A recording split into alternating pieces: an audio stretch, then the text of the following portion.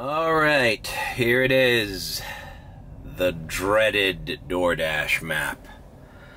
See, man, I mean, it's fucking 12:26, peak lunchtime, and it's just fucking pink in South Miami? And the other areas, Kendall and University Park, are gray? Let's do earn by order.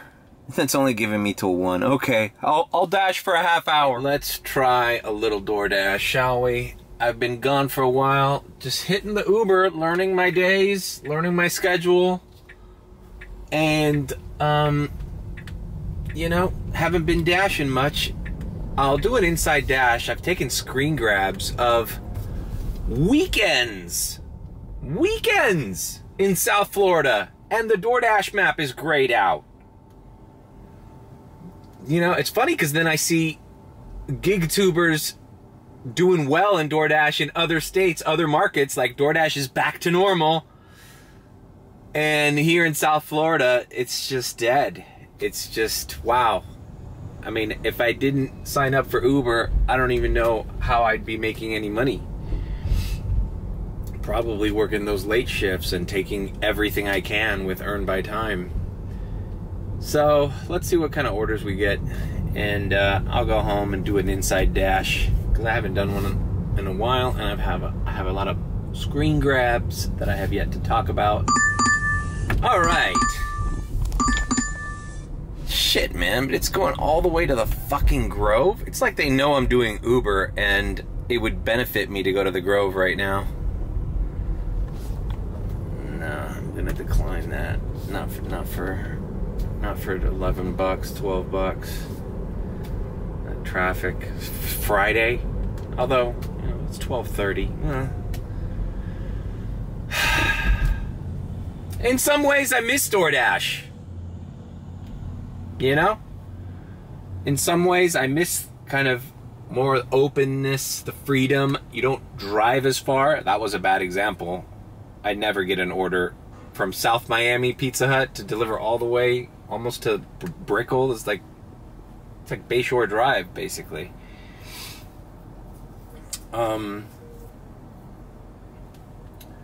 But I'm just making too much money on Uber.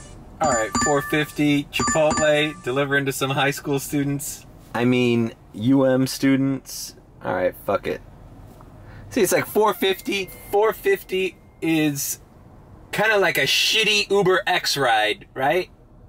But at least you don't have to get out of your car. You're just picking some guy up. And you're not going to go that far for $4.50 on Uber X, right? You might spend 10 minutes, 12 minutes in the car with the guy.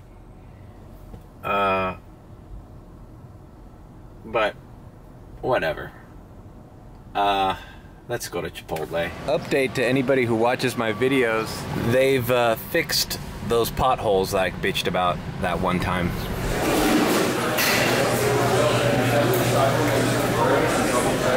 All right, we got the order.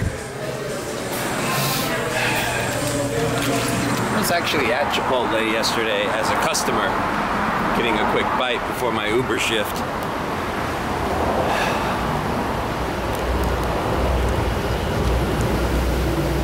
Do I miss going in and out of this Chipotle?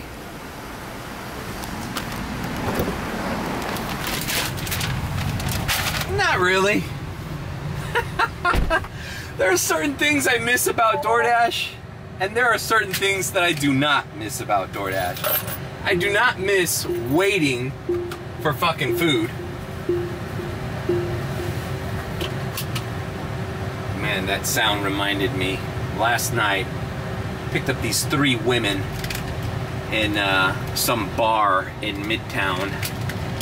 Driving them all the way to a hotel in Miami Beach. 3 ladies in the back and 1 lady in the front. None of them wearing their seatbelt. And I guess the weight of everybody in the car not wearing their seatbelt, that boom, boom, boom, boom, boom, boom, that sound that used to drive me crazy in the Kia, that sound came back. And I even heard them murmur in the back like, why is it making that sound? And I didn't want to be rude. I'm going to talk about this in Inside Dash, man, because it's like, I'm not getting that many tips from people in the Tesla. I'll be honest with you. I think I did the calculation of last week. It was something like 13% of my fares.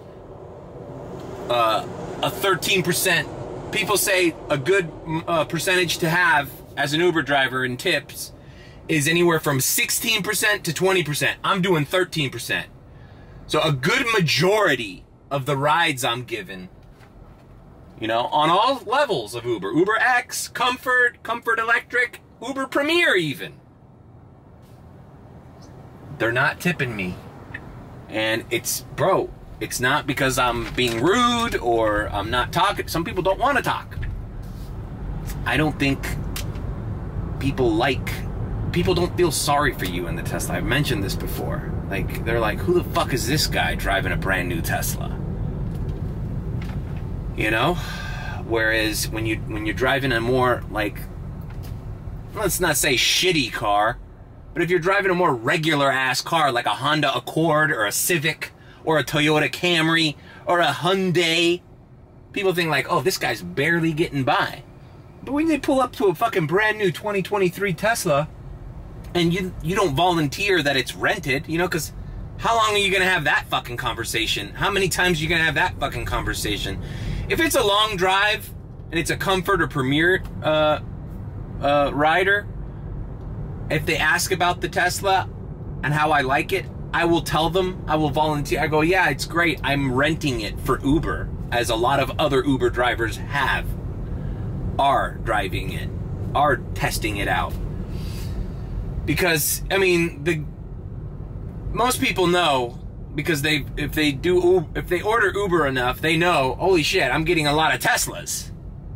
Right? Not all these Uber drivers are buying brand new Teslas. Side note, and a lot of these fucking Uber drivers driving brand new Teslas don't fucking look like they should be driving Teslas.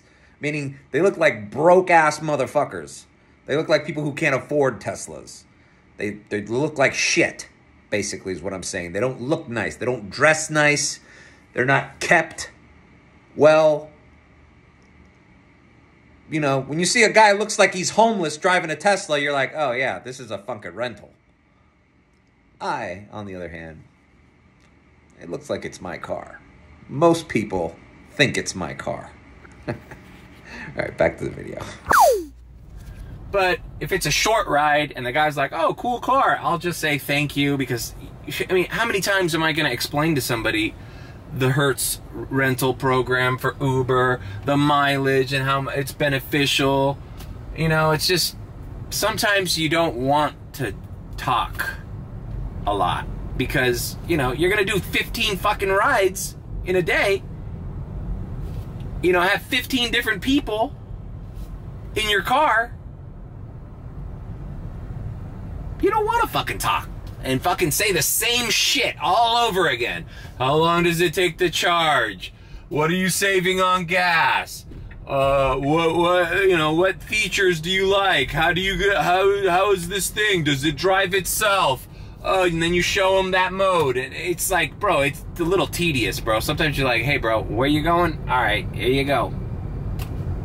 And to a lot of customers' credit, they appreciate that. A lot of the mistakes that Uber drivers make is they're a little too chatty, little chatty Cathy. Chatty Cathy, it's like, bro, you're not the first Uber driver they fucking talk to, okay? They don't give a shit about your personal life. They really don't. They just want you to drive them from here to wherever the fuck they need to go. Alright, well, that's another thing I don't miss. I have to, like, plug this phone in every time I get into the car, whereas in rideshare, I just leave it plugged in for the most part. Oh, see, I'm just not used to vlogging anymore. It took too long. So these ladies were murmuring, like, what's that noise? Why is the car making that noise? Oh, it must be like it must be telling him to get in the lane. I'm like, no. It made that noise all the way from fucking Midtown Miami to their hotel in South Beach because you don't want to fucking tell people to put their seatbelt on. It's the great majority of people don't put their seatbelt on. And if I have to tell people what to do every time they get in my car, I'm even gonna get less tips. It's like, look at this fucking, he thinks he thinks he knows better than me. It's like, bitch, just drive. People do not wear their fucking seatbelts. It's insane to me that they get into a car with a stranger, they don't know if I'm a good driver, and they're not wearing their seatbelts. And it sucks here in the Tesla because here where your music is, we'll have the little chart that says seatbelt unfastened. You know, there's a delicate balance between, you know, if it's a short ride, I just don't tell them anything. You know, if I'm getting on the expressway and I know it's a ride that's going to take more than 15 minutes, 20 minutes, like we're going to Fort Lauderdale or something, I'll be like, hey, we're getting on the highway, you might want to put your seatbelt on. But for the most part, I just want them out of my car, you know. But, you know, people are so presumptive. Like, they just assume, oh, we're just going to hop in an Uber and everything's going to... Dude, people in South Florida, it's not even that you're getting in a car with a bad driver. There's bad drivers around me. And you're risking your life in an Uber ride? Okay, like, it's up to you, man. And I'm not anybody's father. I'm not here to tell you what to do. And these are grown-ass women. You know? These were grown-ass women that I drove, and they were like, why is it making that noise? Oh, and it was on the tip of my tongue, bro. I was like, well, maybe it's because no one in this car is wearing their fucking seatbelts. Ever think of that? And then it gets a little bit, like, uncomfortable as well because it's like they were slightly overweight women. So it's like you don't want to, like, insinuate, like, hey, you know, fat bitch, put your seatbelt on. I don't give a shit if it's fucking uncomfortable. Lose some fucking weight. Like, then you're fat shaming them, you know? Like, maybe you should put your seatbelt on. Like, that's kind of browbeating. Like, oh, he thinks he knows what's best for me. Yeah, I do. And getting in a fucking car with a strange person who you have no fucking clue knows how to drive or not is probably within your best interest to fucking put the safety fucking restraint on.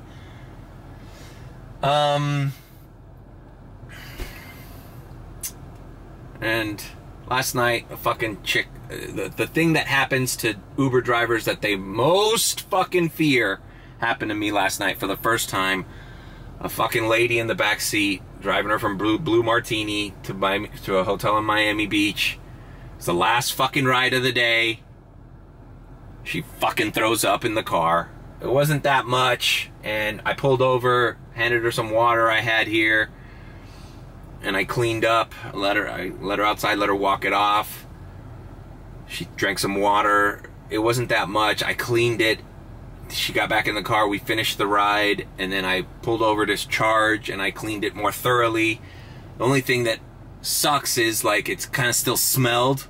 So when I got home, I cleaned it out more thoroughly, but yeah, it sucks. And to top it off, like, you know, I have to clean this car, like, on a weekly basis, even without throw-up incidents, you know? Because look at all this shit. I took B-roll of the shit that, when I leave it parked, all these little, I have to at least drive it through the basic car wash, even if I don't vacuum the interior all the time, which is going to cost me like $10 at least a week. So, you know, it's just certain costs that you don't have to worry about, you know, with DoorDash. I mean, I tried to keep my car clean, but I wasn't cleaning it on a weekly level, on a weekly basis, you know.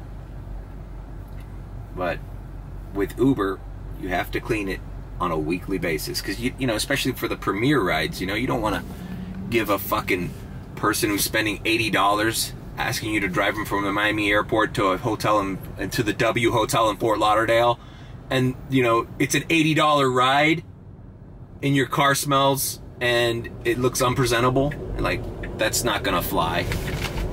So it's just one of those things I miss about DoorDash. Hey, you could go a few days with your car smelling and no one's gonna get into it. You know, it's not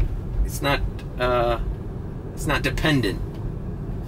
All right, let me deliver this fucking Chipotle.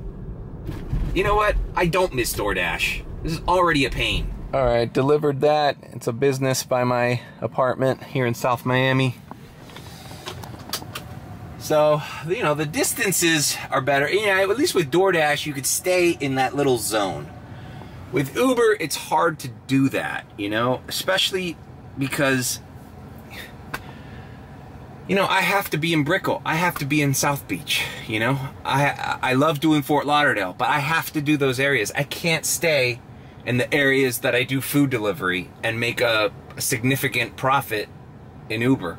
It's just, I'm sorry, I can't drive broke people around all day, you know, for $4 a pop. You know, it's like doing shitty DoorDash orders only. It's like, no, man, eventually, man, you need a high tipping order, bro. You know, you can't just do the shitty fast food deliveries. You know, there's a balance. I mean, you end up doing the shitty rides anyways because, you know, not everybody's balling out of control and orders Premier or Comfort or is going in the direction that you want for enough pay. You know, you have to bite the bullet. It's all sorts of different riders, but for the most part, you know, I'm doing really well with Uber and the Tesla, especially with the Tesla. I'll put a screen grab of what I made last week, right? Add $110 cash tips to that. You know, clearing $1,600 around there a week. Now, the $330 for the Tesla, added insurance and charging fee. So let's say $450, $460 being the Tesla rental. So I'm still clearing $1,200 a week. Quick side note on the earnings here. As you can see, 2 of these days I cleared over almost 300. Tuesday and Thursday, Tuesday was where I got all those cash tips, and Thursday I made over 300. And those are not weekends. You can see Saturday and Sunday I did not hit 300. And I can work on my Mondays, Wednesdays. Basically, what I'm trying to say is there's going to be weeks where I think I can make over 2,000. So subtract the 450 to 500 of that, 1,500 a week. Let's just suppose I'm making $1,000 to 1,200 comfortably a week after all my expenses. That's pretty good. If I make $100 on Uber a day, it feels like a failure. It feels like, fuck, what a slow day. Whereas a 100 used to be my like goal in DoorDash. All right, let's just move on. After everything, I'm not paying for gas. No, just time. Now that's another story. I'll get into an inside dash. Look at this shit. There's no fucking orders. It's like, it's 12:52, so I'm scheduled until 1. What is this? I'm just fucking, fuck this, man. Fuck this. I'm not waiting for a fucking shitty food delivery. I'm ending my dash. I have to take notes of what to do on each day because yesterday, Thursday, I tried doing some rides in the afternoon and Uber was slow. You know, you need to be in the fucking shit. You need to be in Miami Beach or in downtown Miami to get any kind of significant, consistent travel rides with Uber. You can't be here in Southwest Miami. I did a few things in Homestead last night. Not Homestead, Palmetto Bay, near Homestead. But you know, so look, DoorDash is all grayed out. Let's check Uber map. All right, fuck you, DoorDash. Oh, you see it? No, oh, see, now you go, bam. So if I head over, I can grab this $7 surge that I'm 1.3 miles away from. Why wouldn't I do that? Why would I waste my time door dashing? Now, let's see. By the time I get there, it's probably not going to be $7. Okay, so I'm signed in.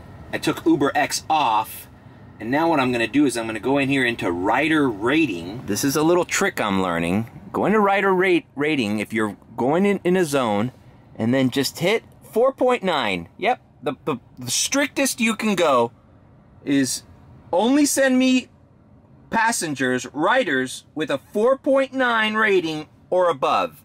So basically, I'm weeding out a good majority of the customers because I want to be signed in for the surge, but I don't want to get a ride before I get to the surge, right?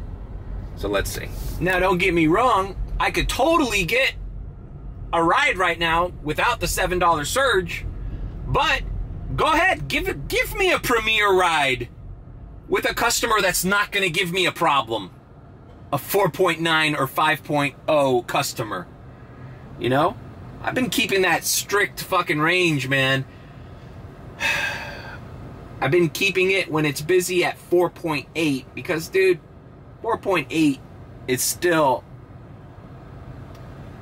kind of like, okay, this guy hasn't had that many incidents where drivers have rated him 0 stars or 1 star or whatever. But once you get into the 4.6s and the 4.7s, like last night there was this fucking bitch in my car that I was driving to a restaurant, and she was silent the whole night, the whole ride. Then we ran into some traffic on I-95 because they have construction, and it's like there was nothing I could do. That was the only way to go to the restaurant she wanted to go to. So it's like, and then all of a sudden she's like, oh, this traffic is not good. And I'm like, where did this, I didn't even remember that I had a passenger in the car. All of a sudden they're like bitching. I'm like, excuse me? She's like, this traffic, I just hope that I can get there in time because I just really want my food. I'm like, all of a sudden she just turned into a whiny little brat. And I'm like, oh, wait a minute. And I picked her up in a wealthy area of Coral Gables. She was just going to a restaurant in Midtown, or Wynwood. Then I click on her little icon on Uber, and I see she's got a 4.71. And I'm like, oh, you see? I would have absolved myself of this fucking bitch situation had I set that like I normally do at 4.8. You know, there's a reason she's got a 4.71. Enough times Uber drivers have noticed that bitchy little attitude, like, what the fuck do you want me to do about traffic? I was nice to her. I said, oh, this is not common, this is probably an accident or construction, and the map shows that it clears up right, you know, right ahead of this. And here we go. Comfort 5.0. Okay, great. Going to 103rd and 34th Street. Let's do it. So, all right, cool. And we're picking them up at the fucking right there, the UM Medical Center. So, just in short, that rider rating thing can save you a lot of headache, man. And then, you know what, like, she chilled after that. After she saw that I didn't react, a lot of people, like, they need drama in their lives. Like, they're like, let's just, okay, we're stuck in traffic. Let's fucking see if this piece of shit Uber driver talks. New message from Myra. Hi, I'll be in front of building. Thank you, Myra. I'll be in front of the building as well. Let's see if this fucking piece of shit Uber driver I think is beneath me is going to try and say and talk back to me. I didn't fall for the bait. I'm like, it'll clear up. We should be there in 5 minutes. Oh, okay. And she just kind of chilled out. And then she kind of just like realized that I didn't, like, I'm not going to be like, well, what the fuck do you want me to do about it? I can't control the traffic. That's what she wanted. That's what she was baiting me. Because, you know, that was in my mind. You know? And worse things. You know? Very worse things. But I took her to the restaurant. She got out, thanked me. And you know what? I could have rated her 1 to 2 stars to make sure I don't get her again, you know? But I gave her 5. I said, wear her seatbelt. I think she did wear her seatbelt, ironically enough. So, you know what? I'm not mad at that. And about 30 minutes later, I get a $4 tip. And that was a pretty good, it was a comfort ride from Coral Gables to Wynwood. So it was already paying enough, and she tipped me $4 on top of that. So actually, that was one of the better rides that I had.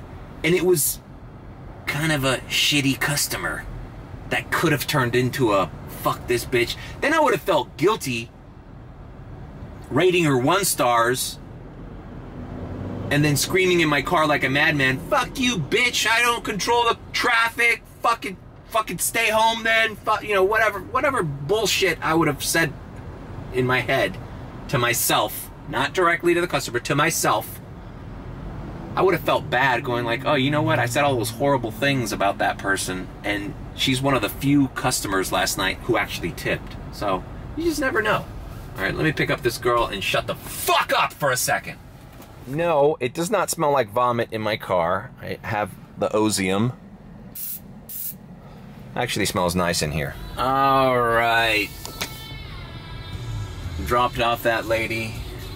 Wasn't that far. Pretty good money. It was a comfort ride. We chatted a little bit about the Tesla.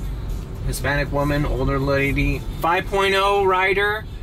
Comfort, so it was a little bit more than an Uber X, and I'm not far away from my home. I am on 102nd and Miller, which is like right by where I used to live.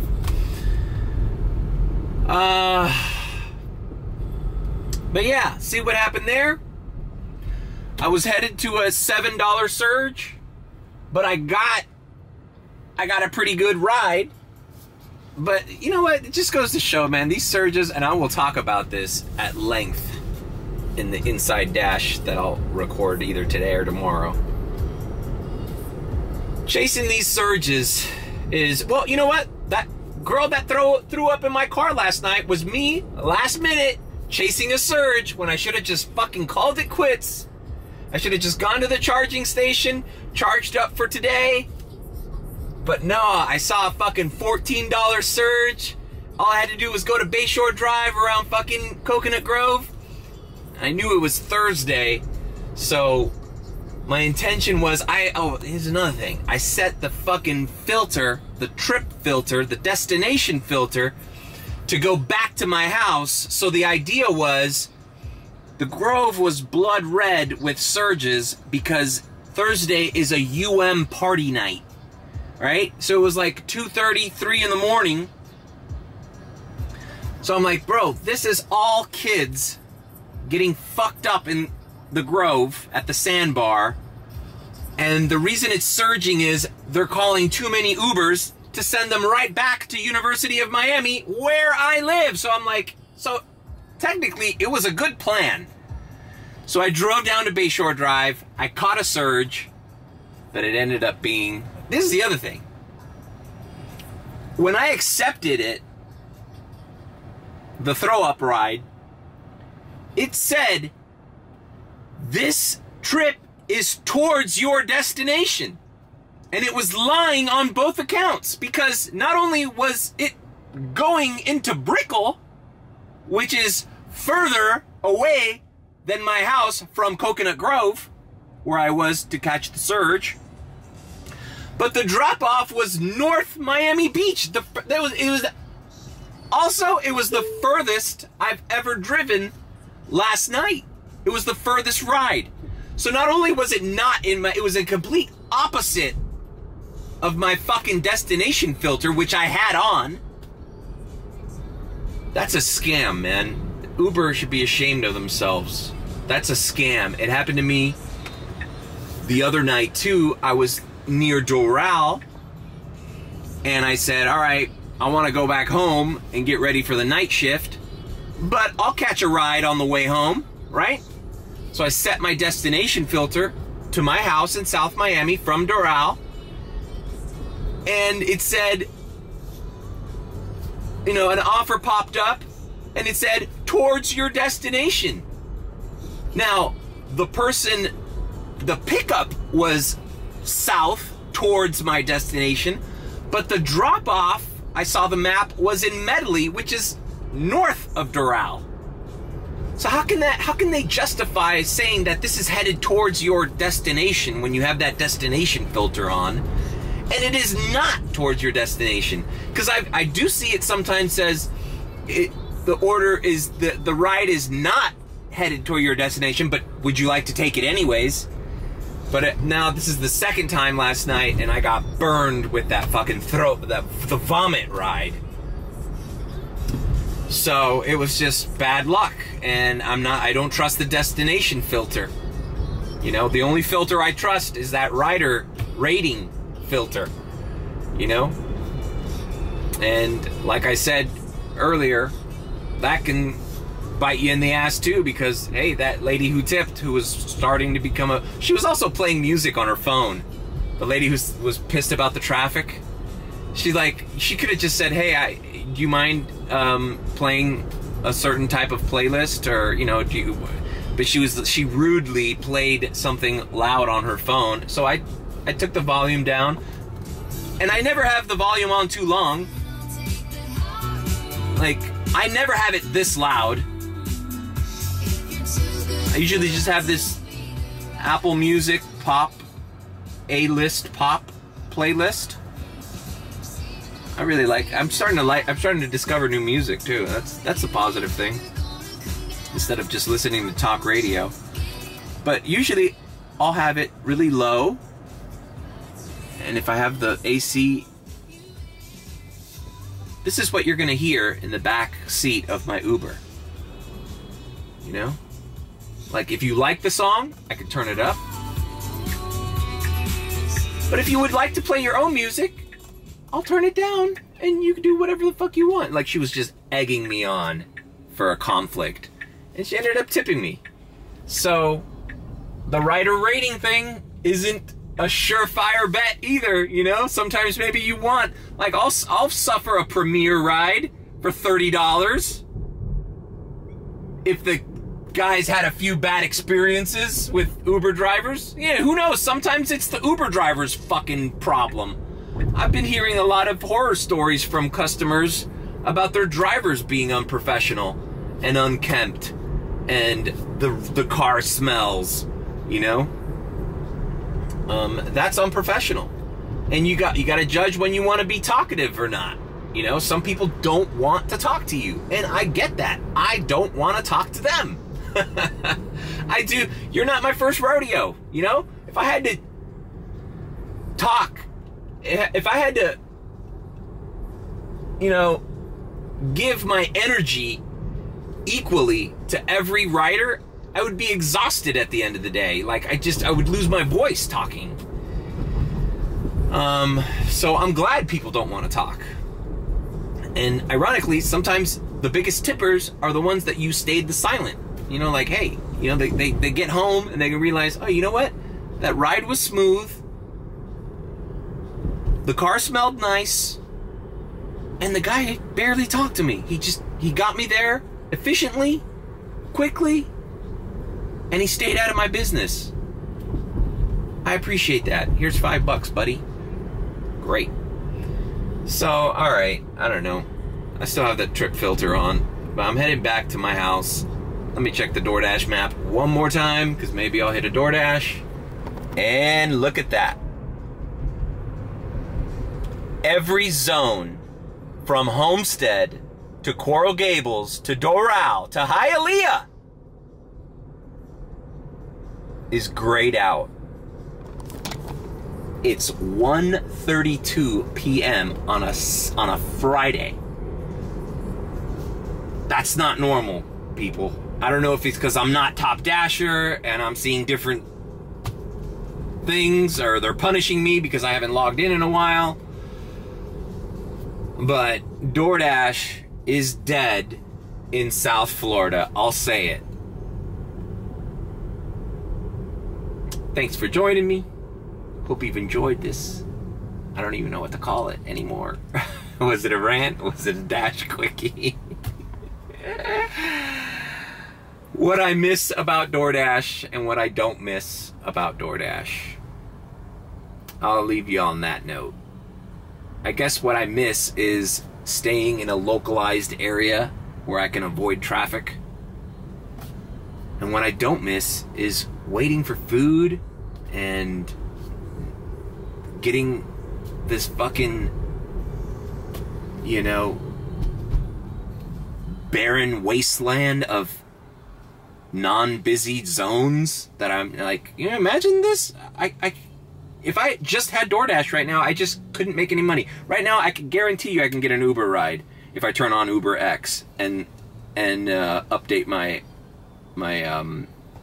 the rider rating. Let's go 4.6, and I turn on Uber X. Watch. Look, I'm not even going to turn off the camera. Watch me get a ride.